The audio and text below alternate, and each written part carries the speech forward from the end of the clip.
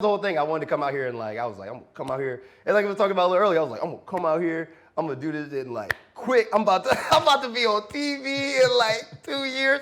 That was one of my things. I was like, I'm gonna be on TV in 2 years. I'm gonna come out here. Nigga, I came out here stepped in dog shit. Nigga, off the bus.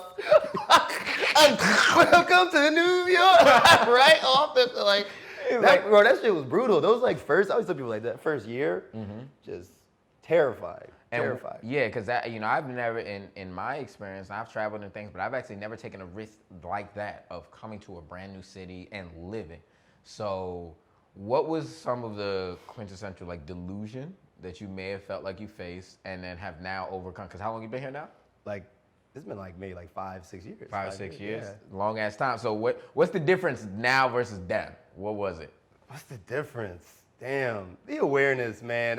We talked about this before. You just really think like you gonna go there and be Martin Lawrence in like the second week. That's just really how I was coming. I was like, it's about being funny. Like I was like, you know what I mean? Like you gotta go. As a dude from New York, I find thorough enjoyment in a nigga losing hope. I'm like, told y'all. Cause for real, that's really like you come here, you're like you think it's so easy. It's kind of like disrespectful. I feel like even like to the craft, you just feel like you're gonna navigate it. It's like a confidence gone wrong situation. Like you think the shit, but now I like look at it and I'm kind of like thankful because I'd be like, man, if I would have got on TV in them first 2 years, nigga, I would have bombed,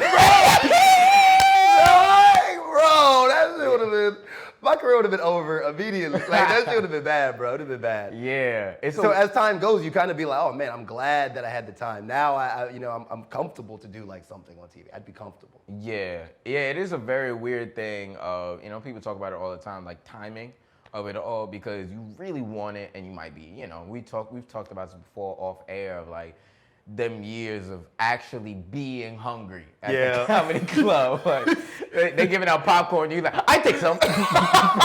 Please. Niggas ain't ate and they give you a Drake ticket. Nigga ain't ate food. Nigga drinking Long Island, eating the lime, trying to survive. You got wild citrus in your body, but no sustenance. Bro, I used to do spots that I knew had like the food spots. Oh, man. yeah. Like that just would serve food. Like, do you remember the steak? Do you remember like that? Funny for a steak and a shake? Yes, I do. Like Funny for a steak and a Daddy shake with JJ Matisse. Yeah, bro. Niggas used to be going in. I like, what the fuck? Oh, dude, I still remember this. Kenny Wu, shout out to Kenny Wu. I remember him telling me about the spot. He's like a dope comedian from Harlem, and he's just like, yo, go to the spot, it's really dope. You can win this food. I'm like, oh, hell yeah. And Kenny was like a super vet. I go there, and I get to the show. I see Kenny there. I'm like, what you doing? He's like, I'm performing. I'm like, this nigga won. This nigga won this stage. I'm like, why would you do this? You know I needed this steak. I didn't know he was saying it to compete. I thought this nigga. He just wanted the audience to beat. He was like, I gotta make sure other niggas go so I can get this and it look fair. I do remember that about that show because I never won neither. At that time, I think I was too young to get in, so I would always have to sneak in at the time. Yeah. And it was JJ Matisse and Mimi Simpson would do it all the time. And every time like Mimi or something would win, I'd be like, man, I like her, yo. Stop fucking, I'm hungry, yo. Like, literally hungry, like, bro. Fun. And what's crazy is I might not have been, and maybe you feel this way now as time passed, you might not have been as comedically strong, like no, for sure. No, I for sure know. But, damn, if you ain't need that I know, man. Like, I was like, bro, I was doing, like, my jokes back then, nigga, I was falling on the floor, nigga, I was doing all types of shit. Every comic has a time in their career, especially I think it's black comics, where you have like a heavy act out years. Where like you doing, nigga, I remember doing shows where I would be hosting and I take my shirt off. Like that is, I'm hosting and I'm like, you know what we need? Coming up next.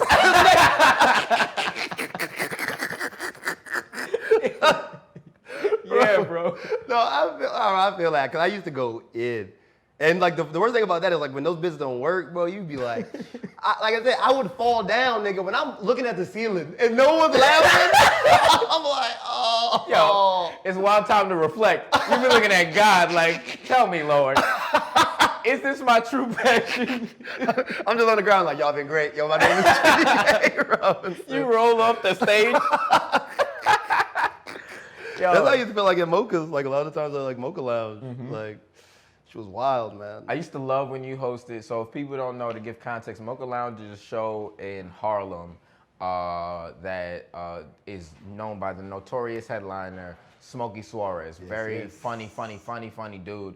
And big mentor. Yeah, as a mentor for a lot of black comics coming into the scene, or a lot of people just coming into the scene. It's like an incubator of like early, how would you say? It's like early struggle, because it teaches you. Yeah.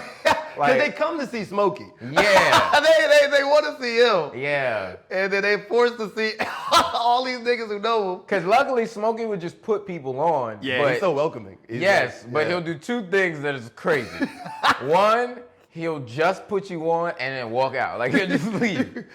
He'll leave, do his taxes, come back, and he's gone, bro. And it's like, it's sometimes, and you know, I will commend him because he'll give like newer to the scene, newer comedy. He'll give them a chance to like host and do a spot. He was the first person, me being here to like look out for me and like kind of almost even act as almost like a father figure, like in a way he would like give me advice to do, like try to like navigate with me.